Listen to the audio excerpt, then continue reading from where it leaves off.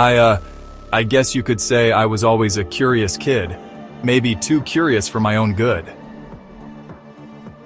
The day I found that cookbook, well, that's when things got really weird. Miguel, ten cuidado a la arriba. Las cosas de tu abuela pueden ser peligrosas si no sabes cómo manejarlas. If only I'd listened. But no, I was too busy rummaging through boxes, each one more intriguing than the last.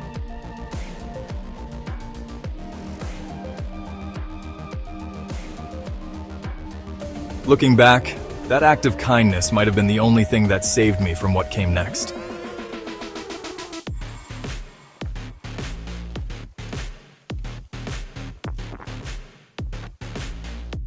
The pages fluttered open, revealing recipes with names that made my skin crawl. Elixir of Eternal Nightmares, Baked Bones of the Innocent, Screaming Banshee Soufflé.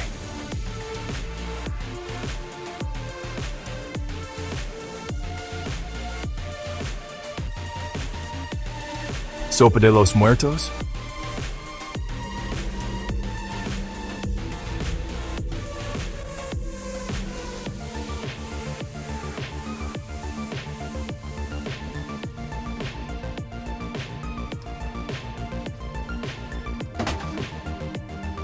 I should have slammed that book shut.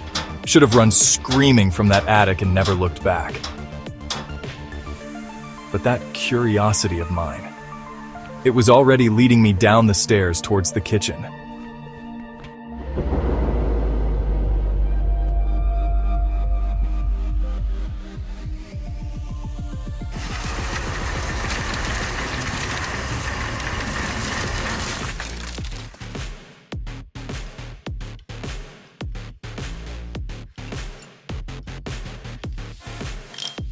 And there I stood, a foolish boy with a cursed cookbook, about to unleash something I couldn't possibly understand.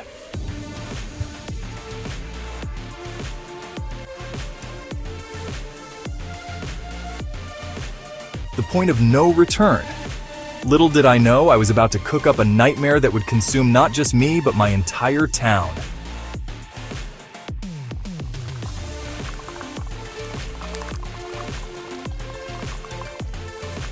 Miguel, ¿qué está pasando, Ali? Sounds like he's rearranging the whole kitchen.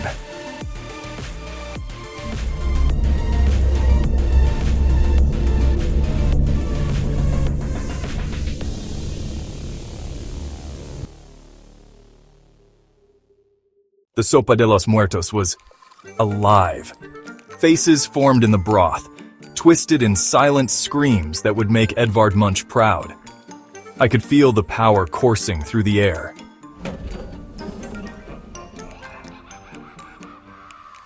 Each page of the cookbook held new horrors, new possibilities.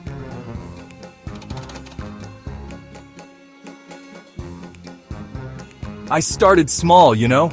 A pinch of polvo de pesadillas here, a dash of lagrimas de ángel caído there. Each recipe unleashed something new, something impossible. The house was becoming a living nightmare. Even the simplest tools became conduits for unimaginable power. I remember thinking, this is it. This is the big one. My hands were shaking as I prepared the final recipe. And oh, how right I was. Just not in the way I expected. The very foundations of reality seemed to tremble.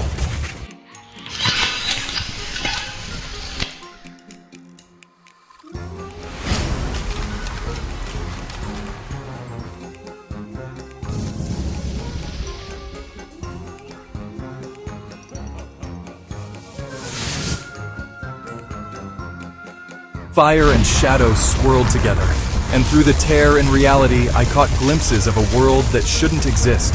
It was beautiful and terrifying all at once, a realm of chaos and impossibility that defied everything I thought I knew.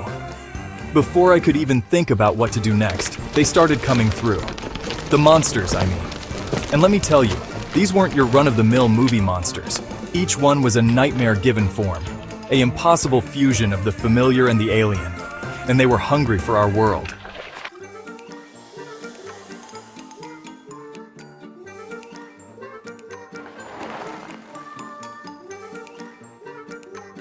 That's when I heard the car in the driveway. Mom and Dad were home, and they had no idea what was waiting for them. And I'd turned our house into a gateway to hell. What have I done? I wanted to warn them, to tell them to run, but it was too late. I tried to undo it all, but the magic was beyond my control now. Dios mío, ¿qué está pasando? Miguel, what have you done? This can't be real. I ran. What else could I do? My legs carried me up to the attic, the one place that had always felt safe. But now? Now it was like stepping into one of Abuela's nightmares. Abuela's handwriting danced across the pages, sometimes neat, sometimes frantic. It told a story I never knew, never could have imagined.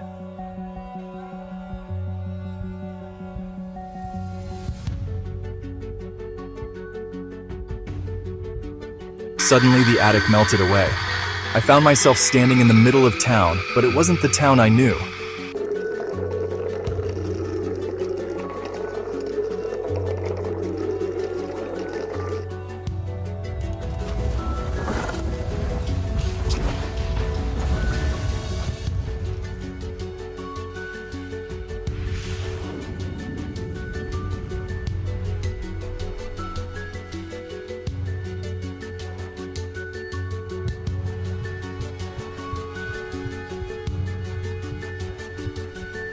Mijo, has visto lo que podría be. You've seen what could be. Abuela? What? No hay tiempo para explicaciones, Miguel. There's no time for explanations. You have the power to make this right, but you must be willing to sacrifice.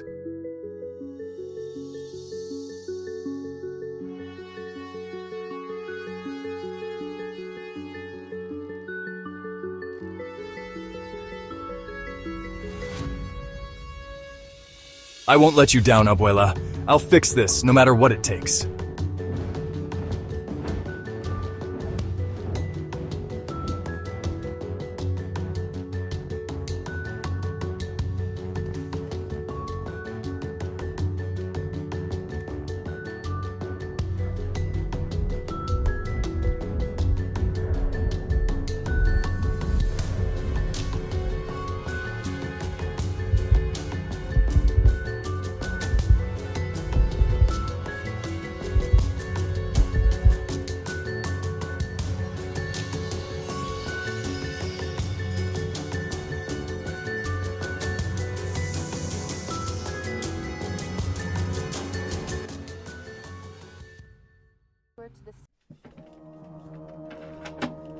The kitchen? Oh man, the kitchen. Imagine if Salvador Dali and H.R. Geiger got together to remodel your house. That's what I was walking into. Every surface, every object seemed alive and hostile. Every ingredient was a battle. It was like trying to cook in the middle of a tornado made of kitchen stuff.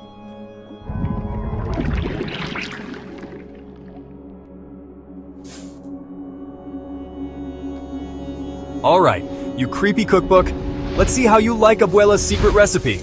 I hope you're watching over me, Abuela, because I could really use some of your kitchen magic right now.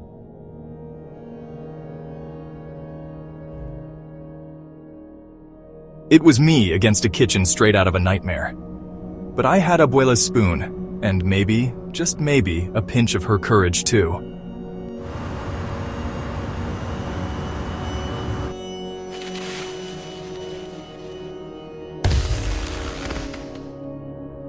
Boom! It was like someone had set off a bomb made of pure light.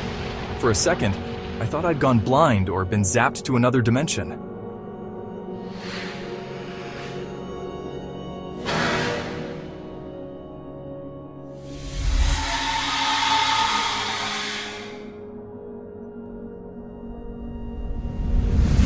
As quickly as it had all started, it was over. The kitchen was just a kitchen again, and I felt like I'd run a marathon through a haunted house. Miguel, what happened? Are you all right? Son, the kitchen. It looks like a tornado hit it. How do you tell your family that you accidentally unleashed hell on Earth and then had to clean it up with your dead grandmother's magic spoon? I decided that was a story for another day. Maybe when I'm old enough to convince them I wasn't just playing video games.